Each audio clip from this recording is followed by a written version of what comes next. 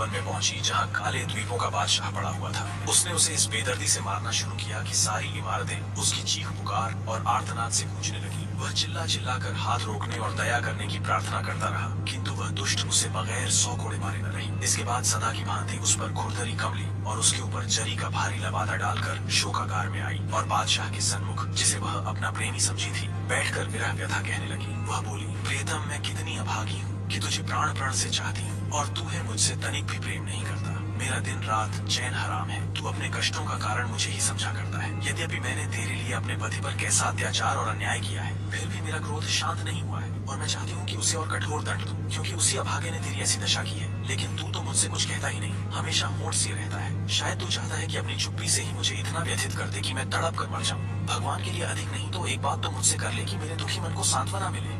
बादशाह ने दबे स्वर में घृणा पूर्वक कहा, तुम इस योग्य नहीं हो कि मैं तुमसे बात करूं या तुम्हारे किसी प्रश्न का उत्तर दूं। रानी बोली, मुझसे ऐसा क्या अपराध हुआ है जो तुम ऐसा कह रहे हो? बादशाह ने कहा, तुम बहुत जिद्दी हो, किसी की नहीं सुनती, इसलिए मैंने कुछ नहीं कहा। अब पूछती हो तो कहता हूँ, तुम्हारे पति के रात दिन चिल्लाने से मेरी नींद हराम हो गई है। अगर उसकी चीख पुकार ना होती तो मैं कब का अच्छा हो गया होता और खूब बातचीत कर पाता। लेकिन तूने एक तो उसे आधा पत्थर का बना दिया है और फिर उसे रोज इतना मारा भी करती है। वह कभी सो नहीं पाता और रात दिन रोया और कराहा करता है और मेरी नींद भी नहीं लगने देता। अब तू खुद ही बता, क्या तुझसे बोलूं और क्या बात करूं? जादूगरनी ने कहा कि तुम क्या यह चाहते हो कि मैं उसे मारना बंद कर दूं और उसे पहले जैसी स्थिति में ले आऊं? अगर तुम्हारी खुशी इसी में है तो मैं अभी ऐसा कर सकती हूँ। हबशी बने हुए बादशाह ने कहा कि मैं सचमुच यही चाहता हूँ कि तू इसी समय जाकर उसे दुख से पूरी तरह छुड़ा दे, ताकि उसकी चीख पुकार से मेरे आराम में विघ्न न पड़े। रानी ने शोकागार के एक कक्ष में जाकर एक प्याले में पानी लेकर उस पर कुछ मंत्र फूंका कि वह उबलने लगा। फिर वह उस कक्ष में गई जहाँ उसका पति था और उस पर काला जादू करते हुए बोली, यदि परमेश्वर तुझसे अत्यंत अप्रसन्न है और उसने तुझे ऐसा ही पैदा किया है तो इसी सूरत में रह, किंतु यदि तेरा स्वाभाविक रूप यह नहीं है तो मेरे जादू से अपना पूर्व रूप प्राप्त कर ले।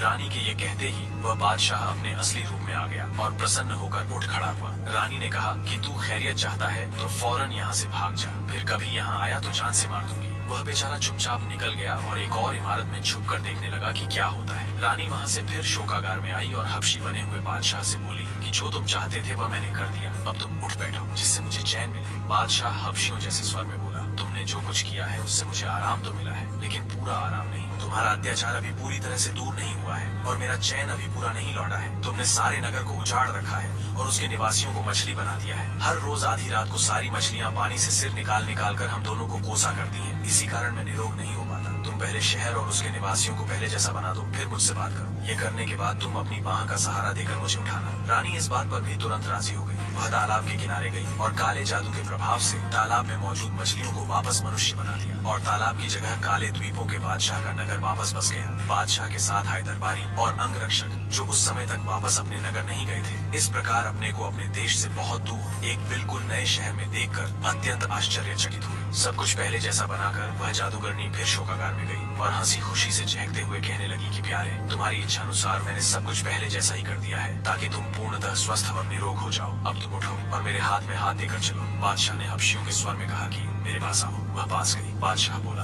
और पास आओ। वह उसके बिल्कुल पास आ गई। बादशाह ने उछलकर जादूगरनी की बाहें जकड़ ली और उसे एक क्षण भी संभलने के लिए न दिया और उस पर इतने जोर से तलवार चलाई कि उसके दो टुकड़े हो गए। बादशाह ने उसकी लाश भी उसी कुएं में डाल दी जिसमें हबशी की लाश फेंकी थी। फिर बाहर निकलकर काले द्वीपों के बादशाह को खोजने लगा। वह भी पास के एक भवन में छुपा हुआ उसकी प्रतीक्षा कर रहा था। आगंतुक बादशाह ने उससे कहा, अब किसी का डर न करो, मैंने रानी को ठिकाने लगा दिया है। काले द्वीपों के बादशाह ने सविनय उसका आभार प्रकट किया और पूछा, अब आपका इरादा क्या अपने नगर को जाने का है? उसने जवाब दिया कि नगर ही जाऊंगा, लेकिन तुम अभी हमारे साथ चलो, हमारे महल में कुछ दिन भोजन और आराम करो, फिर अपने काले द्वीपों को चले जाना। जवान बादशाह ने कहा, क्या आप अपने नगर को यहाँ से निकट समझे हुए हैं? उसने कहा, इसमें क्या संदेह है, मैं तो 4-5 घड़ी के अंदर ही तुम्हारे महल में आ गया था। काले द्वीपों के बादशाह ने कहा, आपका देश यहाँ से पूरे 1 वर्ष की राह पर है। उस जादूगरनी ने अपने मंत्र बल से मेरे देश को आपके देश के निकट पहुँचा दिया था। अब मेरा देश फिर अपनी जगह पर वापस आ गया है। आगंतुक बादशाह को कुछ चिंता हुई। काले द्वीपों के बादशाह ने कहा, यह दूरी और निकटता कुछ बात नहीं है, मैं आपके उपकार का जीवन भर ऋणी रहूंगा। आगंतुक बादशाह अब भी चकराया हुआ था कि मैं अपने देश से इतनी दूर कैसे पहुंच गया।